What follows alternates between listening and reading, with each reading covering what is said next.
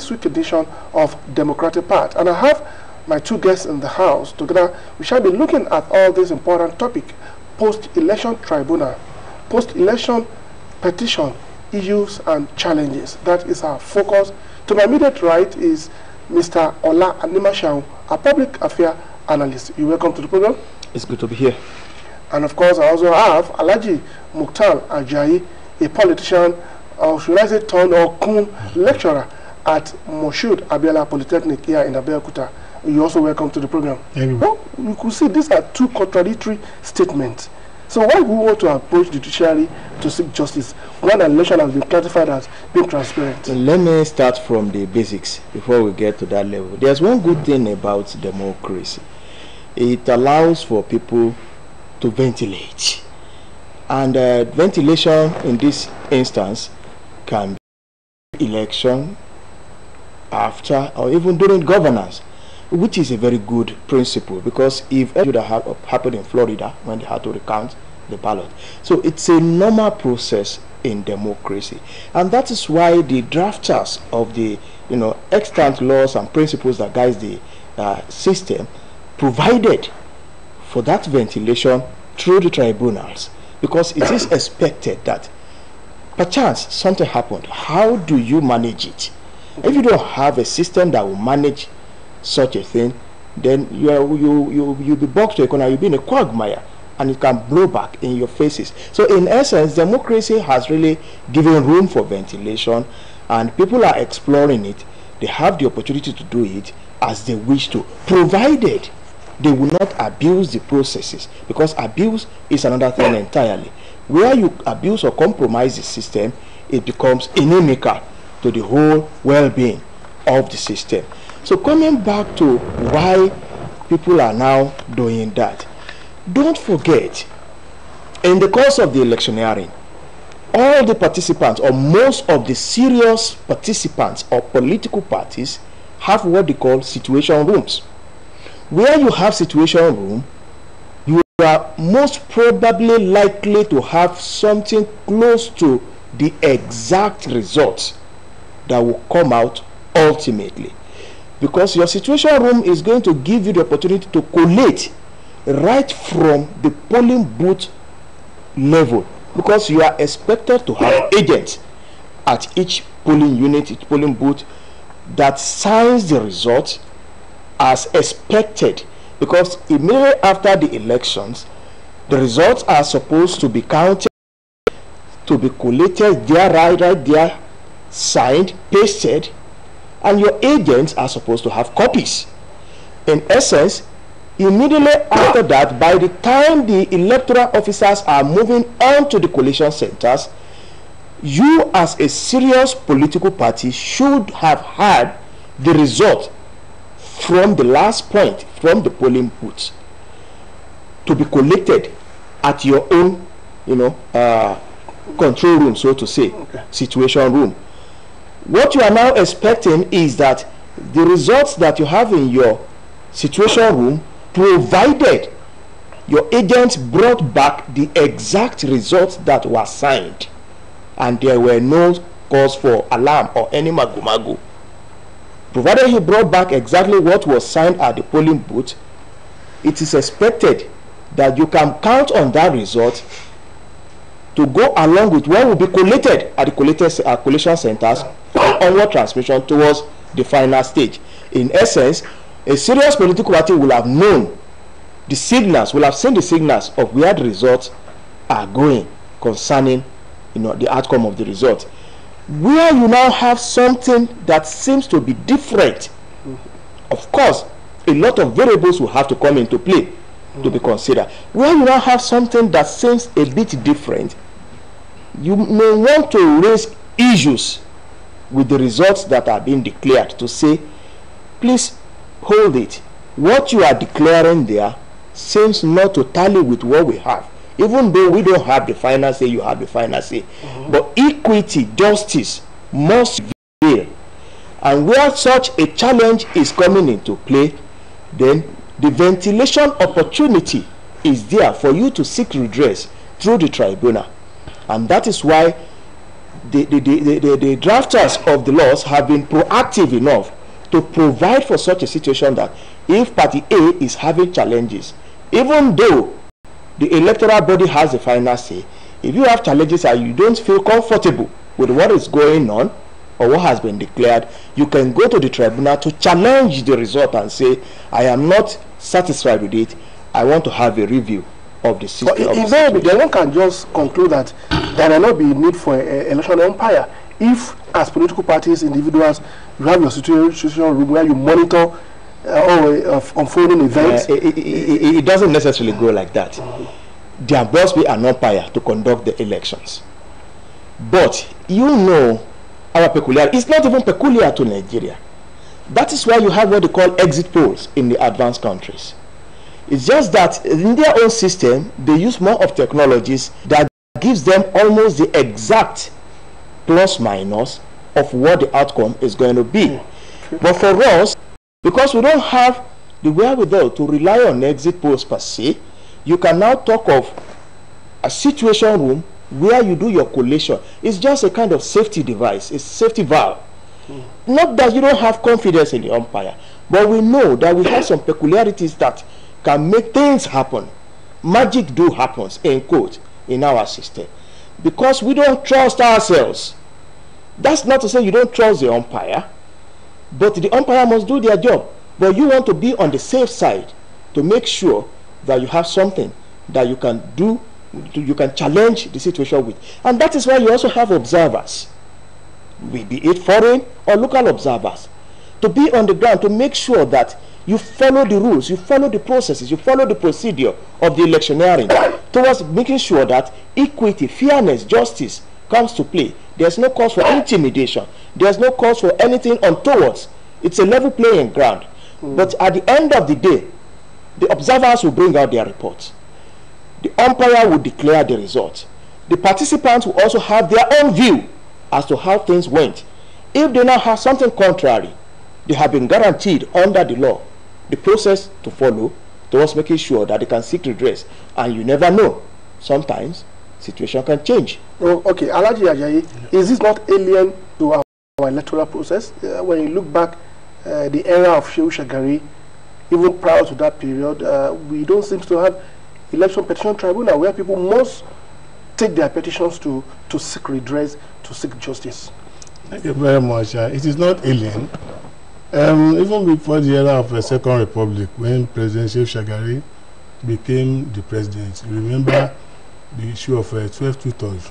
Though that was not a tribunal, but a regular court, whereby the then Attorney General Chief of the Federation said that they have made up constitutional requirement of 12 tutors.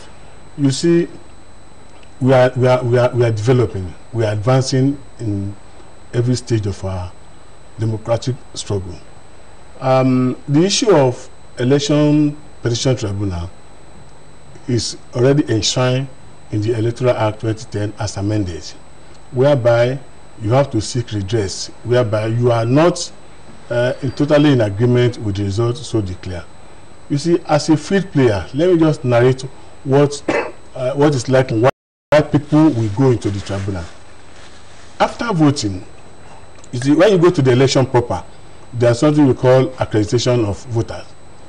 Then after accreditation, you do the election, you vote, then the agents, the electoral umpire will count and announce. Agents are supposed to sign, and agent will have a copy of that result. But the issue is this: some of these agents, they are not worth it to be agents of political parties, especially the not very known political parties, because the prominent ones have a well-enlightened, educated agents. They must have been told how to go about it before you sign any results. For instance, if Party A score 10 votes, you're supposed to put a sign on before that 1-0 and sign across after the zero. Not to give room for any manipulation. Okay. But some of these agents, they don't even know their duties. They will sign. At the end of the day, for instance, if you are a party score 404, and you don't put a line, that 4 could become 40, could become 400.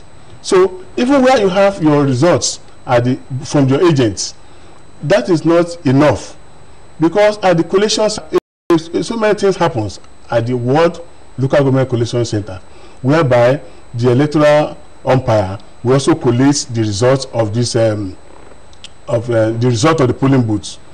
And to my surprise, in even the last election, you can see INEC officials cancelling results from the ward at the collation center. It is not and void. I'm not a lawyer, but I know the Electoral Act does not give provision for that. Well, if you want to cancel any election, there are any results for you to cancel. It must be cancelled at the polling units. If you don't cancel at the polling unit, it must be collated at the ward collation center. But where the electoral officer has received the results from the polling booth and is being collated at the same time, okay, for one reason or the other, we have to cancel this, we have to cancel that. That is why we have tribunals, for them to judge. For instance, where a party was declared a winner in the polling booth, but at the collation center, the result now changed, then you can see that something must have happened. Polling booth general results now. Yes. Because you might probably win a polling booth and not win. No, what I'm saying is that for that polling booth that you have been declared a winner, but at the World Collation Center, you are no longer a winner of that polling booth. Something must have went wrong. Then as a politician, Alhaji Ajayi, then I must put it to you that then the major actors, the players, talking about politicians, are the ones giving room for all these manipulations in court, so to say, for all this to come up. Because if things are done the right way, you follow the due process, yeah, the Electoral Act is allowed to take its full course, then there won't be need for judiciary to come and settle the rift at the end of the day. You see, it is not politician per se. Even you remember in 2015 general election, we have some INEC officials that were suspended. Some of them were even sacked. Are they politicians? They are not, because they compromise the rules. Who made them to compromise? No, they themselves, they compromise. They compromise because I think about 16 of them were fired outrightly. Some of them were suspended, though some of them were exonerated at the end of the day. What I'm saying is this: if in an election you do not give room for any politician to manipulate you as an electoral umpire, then if you are a man of courage, you are a man of integrity, even if they come to you, you tell them, I'm sorry. It is not all those people that go to tribunal that have genuine reasons. Let me tell you what happened. Now we have 93 registered political parties. How many of these parties are able to make up a senator? Only 3. 2 plus 1. And even the one that made up the third one has been defected to the ruling party now, AYP. Now, only 2 major parties we have in Nigeria, right? Then what happened to the other 91 political parties that could not even win House of Assembly seats? So at the end of the day, you will see that people that are not happy with the result, they will go extra mile to lobby all these mushroom parties. I call them mushroom because some of them don't have offices, some of them don't have officials. How many of them contested the last governorship election in Ogun State, for instance?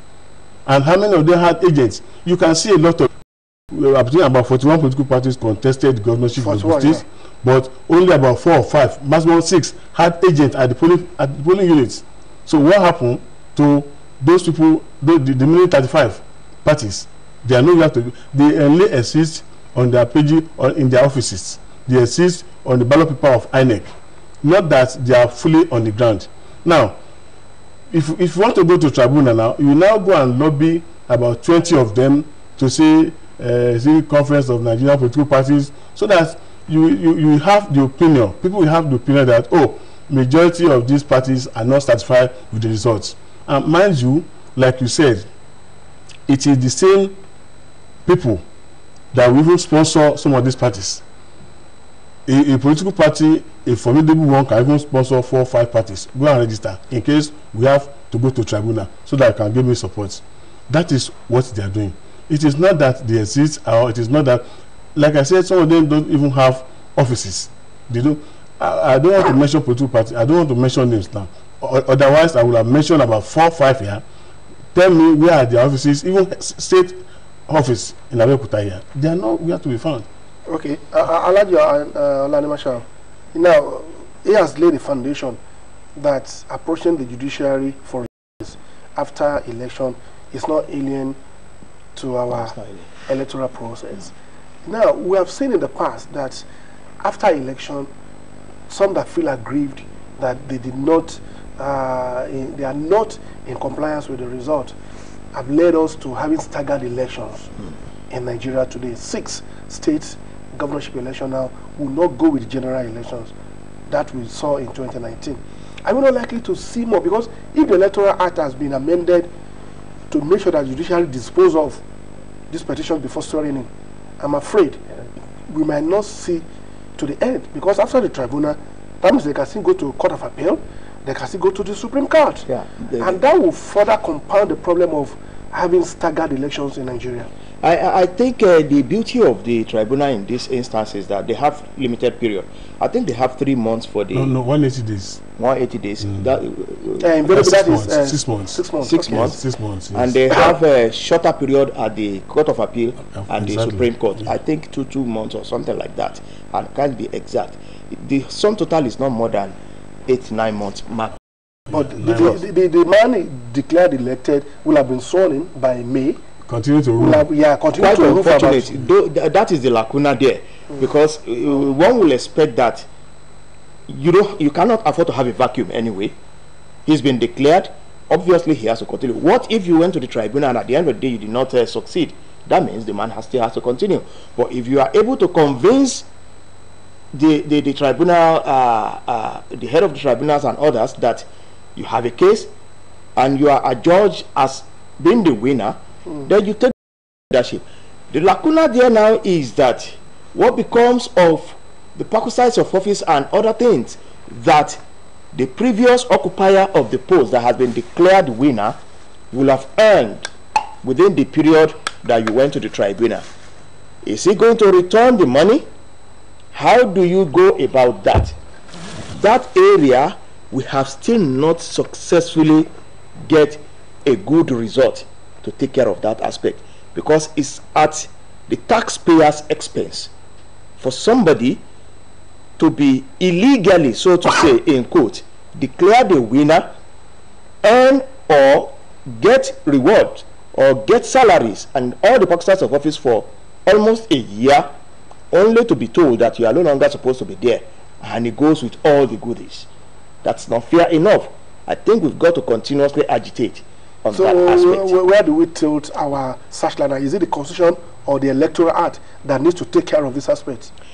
Whatever the Constitution says supersedes all other laws. Yes. So the Electoral Act must be tailored towards what the Constitution is proclaiming.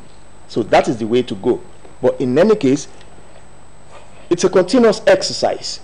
The Electoral Act is subject to continuous review. The Constitution is also subject. It's not a rigid Constitution that cannot be changed. It's subject to continuous review. We have to continue working on anything that we see as being a challenge to the electoral process or inimical to the democratic process that we are in at any point in time. So, but the gladiators in this instance will have to be fair enough to the citizens, because sometimes some people go to the tribunal knowing fully well that they might not win. Of course. Or they have no case. They have no case. But there are so many strategies involved. Some just to make sure that they rally the support base towards making sure that they don't lose the followership. Because the structure matters to every politician. He's a politician. He knows what I'm saying. The structure matters to every politician. It might be a strategy to rally the support base to make sure that the sheep do not go astray. But at the same time, some do have genuine cases to pursue. And if they don't have the tribunal to go to, then it's not fair on them. You have to allow them to go and pursue it. If they are lucky enough, if the judiciary is fair enough, if there is no hanky-panky along the line, they can get justice and be returned to power effectively. Okay, So, on that, I think that it depends on the appellants. Appellants in the sense that we have decided cases the State Assembly, National Assembly, whereby the person purportedly to have occupied that position illegally were asked to go and refund all the money they have collected from day one up to the time judgment was given. So there are cases like that, both the State Assembly and National Assembly. But so it depends on the prayer of the appellants. Have we been able to really establish that these people have been refunding? No, I cannot say that. But there are judgments that the money should be refunded. But whether they were refunded or not, I cannot confirm that. But we have so many cases. I think about 4 in the National Assembly and various State Assembly, whereby they were asked to return all the money, to refund all the money that have been collected.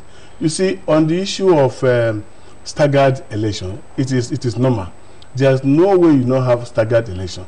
It has been established now. 6 states, there's no way you have general election alongside with those 6 states. So far, as Nigerian context is concerned. And in the last couple of years, the number of people who have gone to tribunal for this last general election should be more than 3 times of people who went in the earlier elections. And you can see that if justice, fairness prevails, then you might see some results being upturned, even at the Supreme Court level. A case on hand is that of Osun State, whereby the occupant of that over office has been declared not to be the governor-elect. I mean, the governor of that state. But he has appealed.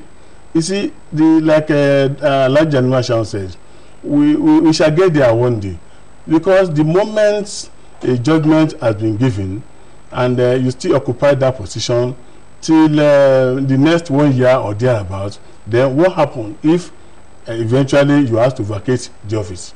Are you, like I said, are you going to refund all those money? If that prayer has not been sought from the courts, there's nothing anybody can do. And I don't think any governor will ever refund. Is it refund any money? Because is it the security votes they have to refund, or what? Okay, we'll come to that. Elijah Nwashaun, developed democracies all over the world, of course, have their peculiarities, they have their teething problems, but not as what we have in Africa. I could recall a president of a nation in West Africa, after he had lost election, the election umpire had declared the result, only for him to turn around and say, no, that's the Gambia.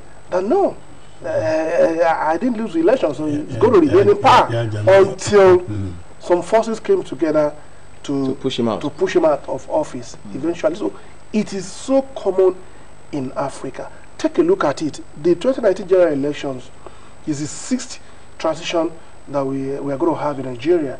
We had in 1999 up till date 6th. Now, when you look at 1999, 2003, the number keeps surging, increasing on election years.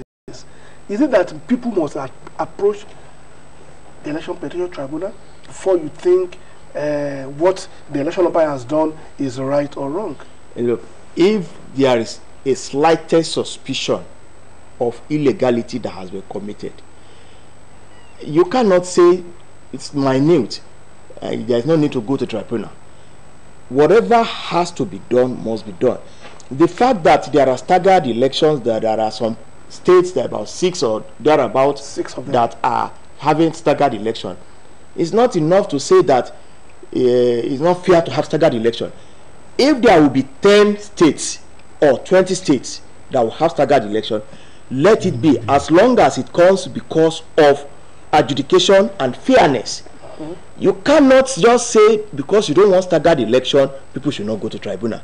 People must of necessity compulsorily go where they doubt the process, and there is room for them to go there to seek redress. So whatever the outcome, we just have to live with it.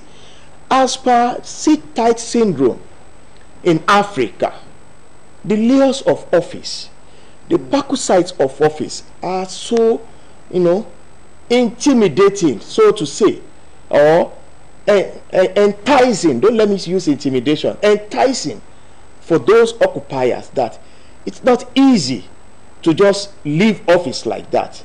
More so when you know that you have a way of bypassing the system, sidetracking the system.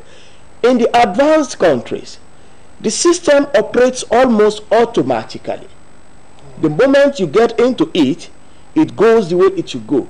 Here, we have a way of bypassing because some of us are susceptible to being bought over tactically. Some of us are open to being maneuvered. Some of us even want to be maneuvered because of what we're going to get from it. So it makes it easier for whoever is in office to say, you can push me out, let me find a way around it, because the layers of office are so enticing. What do you make of it? Assuming you are a local government chairman, you go into office, everybody stands up when they see you. I'm not even talking of the governor. Everybody stands up when they see you. My chairman,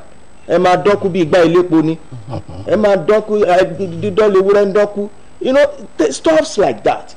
You get down from your car, they open the door for you. You don't iron your dress, they do all the laundry. You eat with convenience.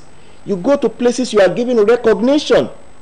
They recognize, they salute you, they worship you, tactically saying. So it's something that makes you to feel, how will it be if I have to leave all these opportunities? It is quite difficult for them.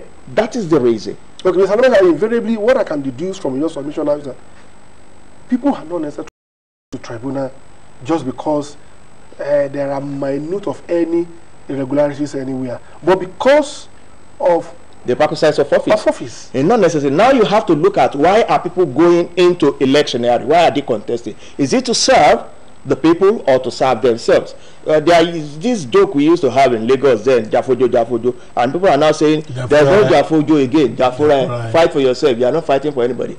But then, if the system makes it almost impossible for you to neglect the people, whatever your Jafora principle you are going into office with will be checkmated by the system, because you must deliver on the democratic ideals.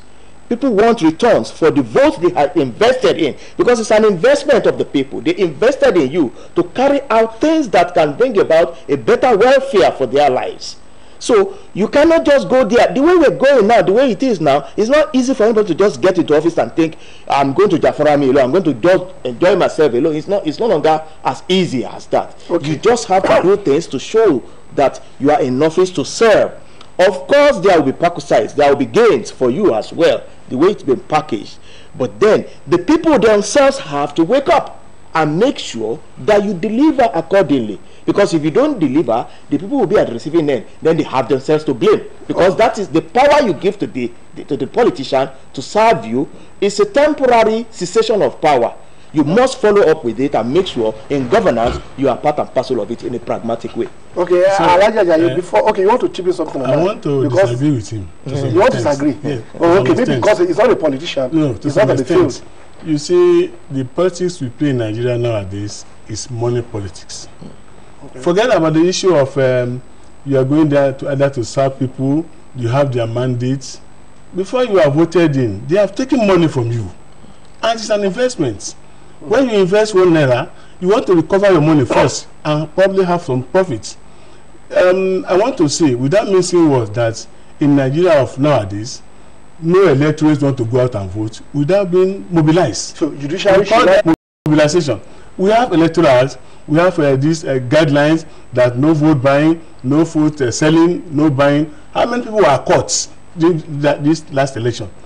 Are they being prosecuted? Some people were caught. So is that not an indictment on the part of INEC? On the INEC and security agents. That when you conduct election, yes, and 99.9 contestants are now approaching the tribunal to seek justice from the judiciary, is that not an indictment? No, that means the electoral process right from A to Z is faulty somehow, if I may put it that way. No, it is not the electoral process. You see, we Nigerians, whatever best form of control you put in place could be circumvented.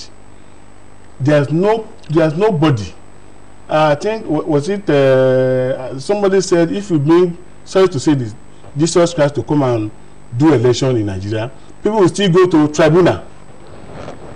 People will still approach tribunal to seek redress. It is not that they have genuine cases, but for the fear of not losing their supporters. Okay, okay, it means you have hands off after that defeat. No, and again, very, very careful. Our judiciary must be extra careful.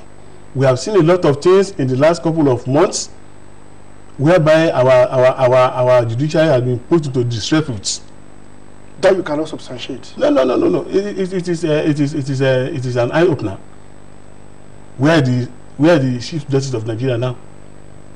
Yeah, it's not about election. Well, the case. No. I'm saying the judiciary has been put into disrepute because of what has been happening in the last couple of months. So, how many thousands of people, if not millions of people, will go out and cast their votes? Only 3 members will decide their fate. Either good or bad. Judiciary, you, the political class, is still approaching to seek justice. That's what I'm saying. That only 3 members of the judiciary tribunal have only 3 members. Yeah. Right? To adjudicate on the vote casted by millions of people. So it is not INEC per se. Look, INEC have to do their own bits. Electorates have to do their own bits. Security agents have to do their own bits. Political class. It is all inclusive. Political class. In the last general election, we saw what happened at every polling booth. Unless we want to deceive ourselves. All over the nation. Everywhere. Go and read the report of observers, both local and international observers. Okay, Alhaji, we'll come back to that. Alhaji Animashaun, we have to go on this break now. The program is the Democratic Part. We are taking a look at post-election petition issues and challenges. We'll be back after this time out. Join us again.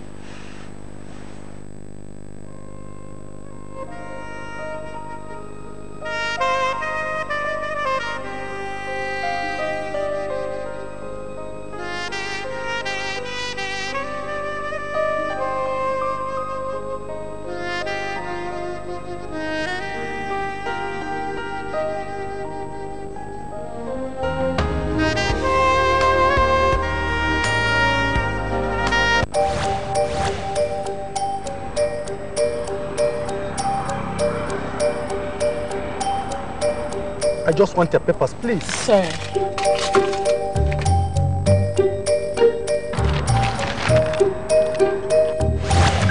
Salary don't enter.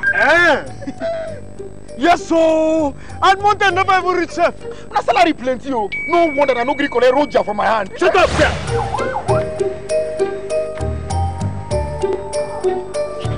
I'm here to bail my younger brother.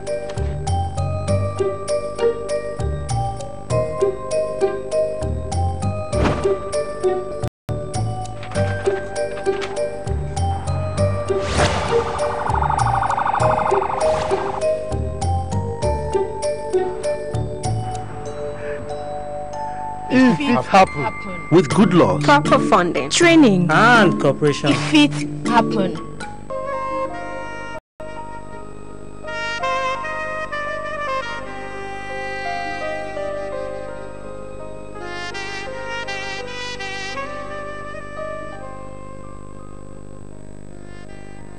Program is the Democratic Part from Ogun State Television here in Abeokuta. We are looking at post-election petition issues and challenges. Why must every contestant who has lost an election approach the judiciary to seek justice?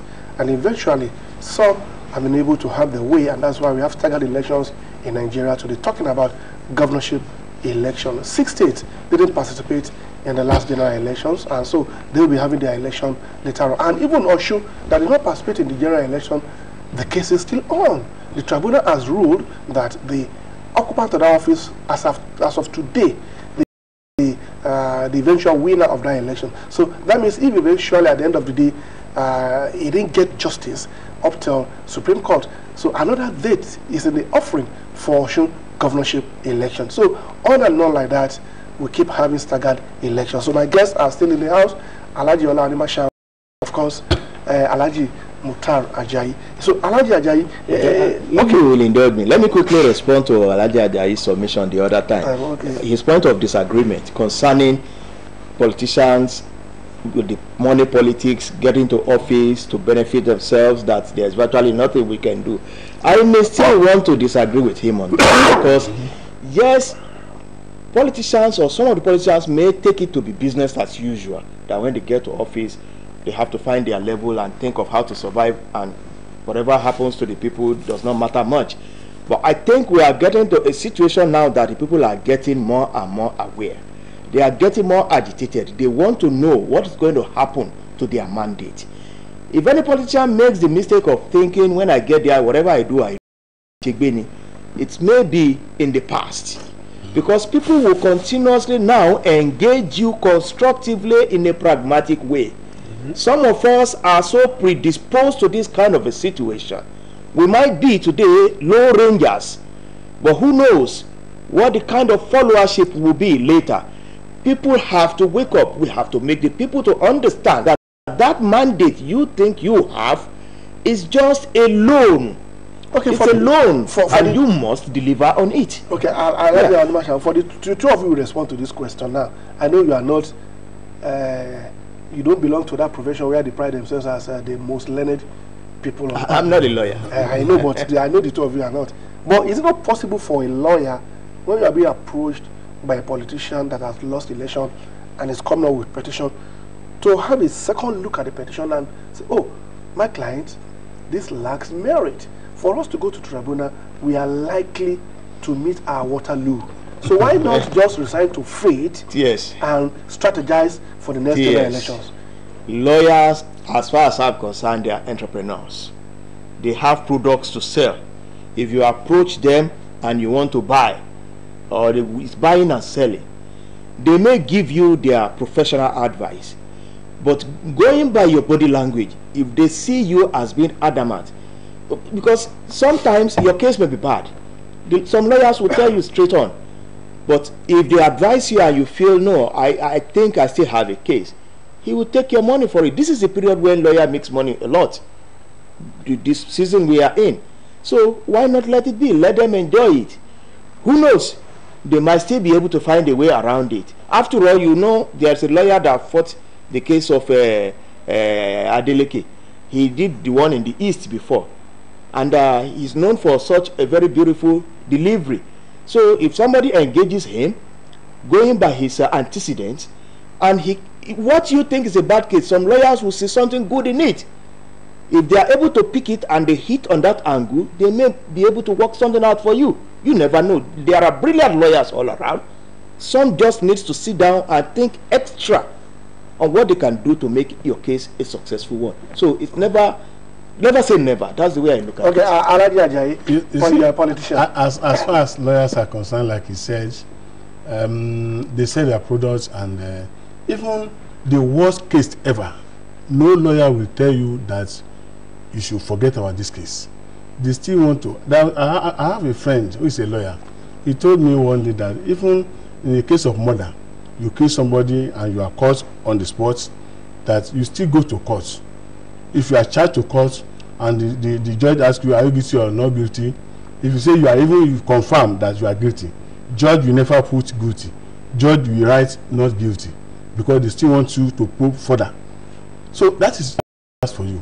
And as far as they are concerned, like I said, if by the time you go to lawyer, if you have evidences, new evidences, genuine cases, evidences that you can use.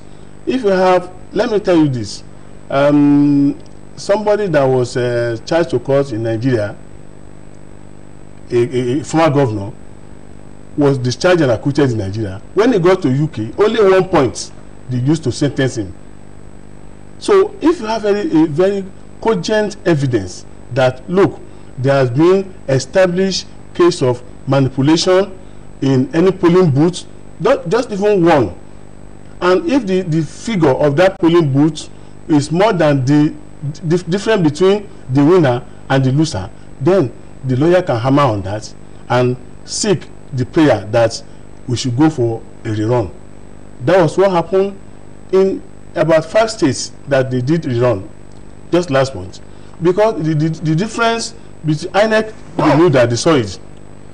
The differences between the winner, the leading candidates then, and the runners-up was not even up to the number of votes not yet counted. So, and as such, they have to go for rerun. But some people are saying, why this rerun, this and that? We should give kudos to INEC, honestly, because for them to have taken that, the result of this Sokoto or something, the winner emerged with 342 votes. Yeah, it's Sokoto State. The governor-elect, that is former speaker, defeated his opponent by just 342 votes. Yeah. And assuming that a case of manipulation or irregularity in a polling booth that has 400 votes, and a lawyer will now tell you, okay, they have altered this figure from 100 to 400 or 100 to 600, then we go to tribunal. So in that case, that's a very genuine case to upturn the decision of the... Okay, the two of you will agree with me that votes are now counting in Nigeria. Definitely. Yes. Now, if votes are counting in Nigeria, then why still doubting the veracity, the capability of INEC in conducting a transparent election that at every point, as votes are counting in Nigeria today, we're having more and more politicians approaching the tribunal, dropping their petitions that they must challenge the results. The fact that votes are counting does not mean that some things untowards might not have happened. Yes. And if you are able to observe that something went wrong, it is incumbent upon you to seek redress and prove it. You see, sometimes we look at those people going to the tribunal as going with flimsy excuses and all the rest. Those things you call flimsy excuses, by the time a very, very brilliant lawyer, I'm still maintaining it, never say never, by the time a very good lawyer handles it, the person already on the seat will just be shouting what's going on.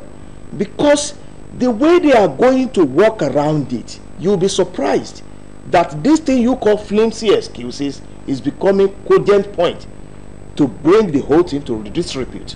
So whoever has issues, whoever has points, whoever has proofs to confirm or say that whatever you have done in terms of election in this place and that does not comply, and it is injurious to me, and I want to seek redress, please let that person go. The forum is there. That is why you have the tribunals. The tribunals are in place not because it is assumed that INEC is not working or will not do anything perfect or that votes are not counting, but that should, in case somebody has something, no matter how small, to say, I don't agree, where does he go? Let him go and seek redress. Let me buttress his point. You see, Electoral Act 2010 as amended does not provided that the use of smart cards. No, go and read that act. But it is the INEC themselves that introduced just to make it more credible, election to be more credible. Now, and the INEC guideline says that if the smart card is not working, then you cannot use manual to vote.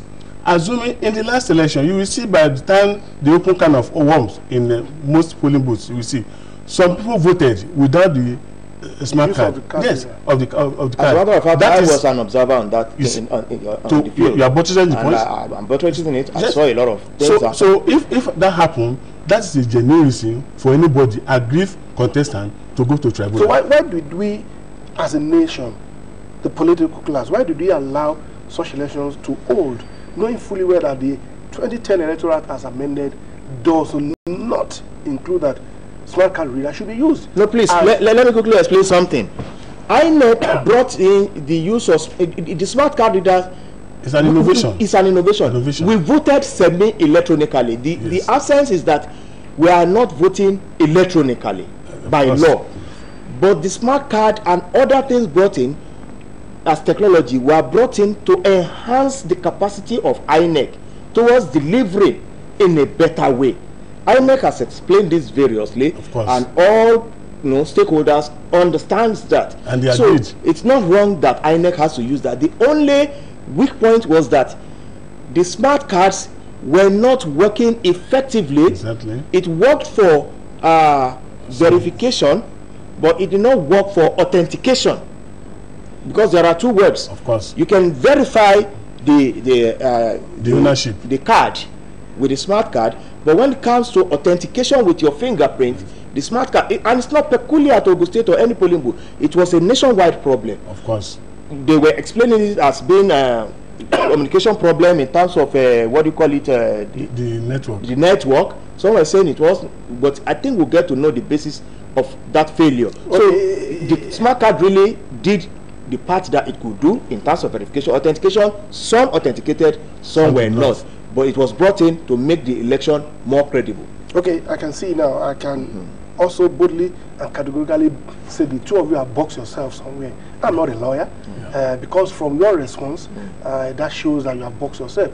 No. So in that case, that means every contestant in this election will have a petition to be addressed before the election tribunal, because if the smart card reader, it is an innovation by INEC to simplify their own job, and you now have this same mechanism not working perfectly at every polling unit.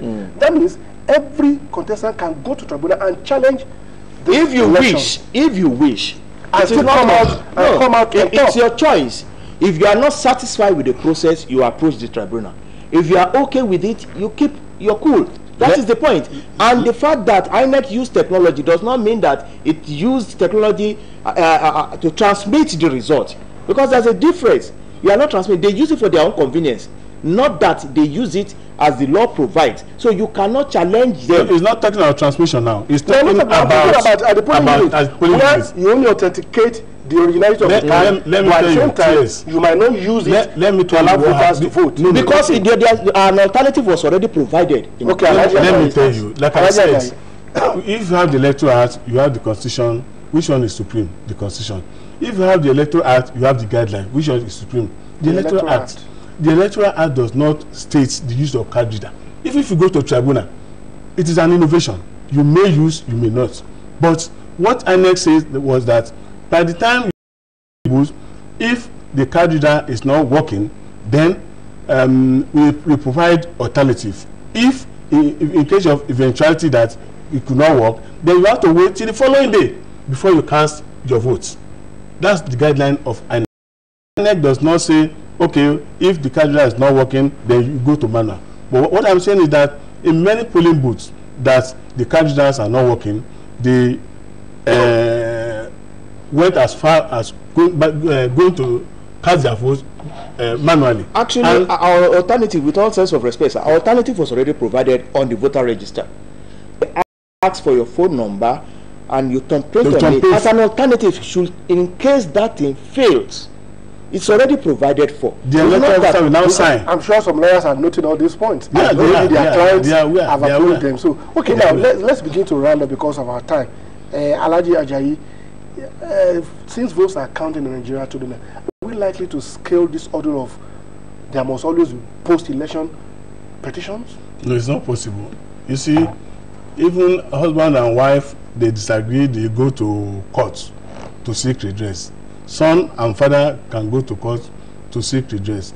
As far as election in Nigeria is concerned, provided we have more than one political party, even where you have more than look, let me tell you, apart from the issue of a tribunal we are talking about, even members of the same party approach courts to seek redress about party nominees for the election, candidates, who is the original candidate, who is not the authentic candidate.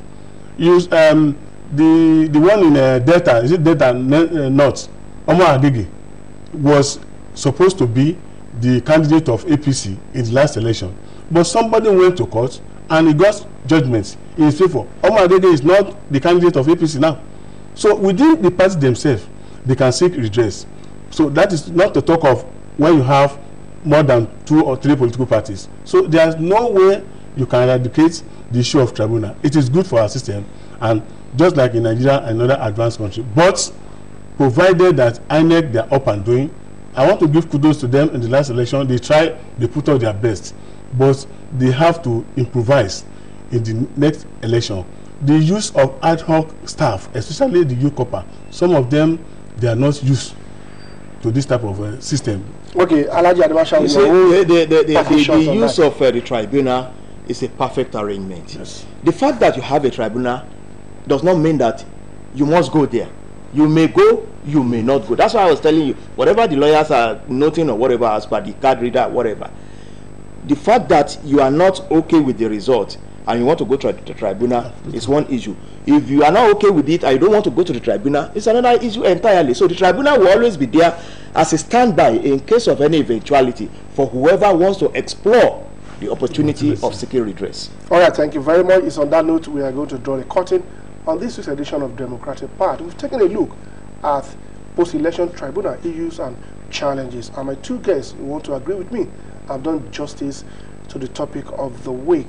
I want to sincerely also thank you for staying tuned to be part of the show. We couldn't make it a full democracy today, that is democratic rule today, because of issues that we had with our network. So you couldn't call in to also hear your own views. But we must appreciate you for staying tuned to be part of the show. So I must thank my two guests in the house, Mr. Oladima Shao, Public Affairs Analyst. I thank you so much for finding time to be with us. It's nice to be here. And of course, Alhaji Mukhtar Ajayi, a politician now turned a lecturer, but he's still a politician. Once a politician is always a politician. So I also thank you for sharing your thoughts with us on the program. So it's on that note that we say our final bye. We'll see you next week with another interesting topic. I remain to the Shodeke. Keep flourishing in the peace of the Most High. Bye for now.